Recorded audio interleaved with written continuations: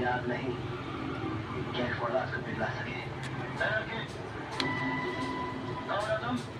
और क्यों झगड़ा कर रही हो? लगता है गांव का कोई खास आदमी। हम ठहरे गरीब नौटंकी वाले।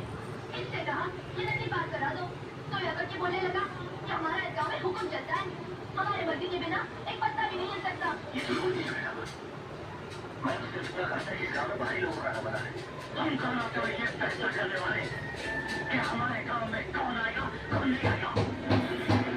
ये मत भूलो कि तुम्हारी औकात हमारे गांव में एक कुछ नहीं है। समझे?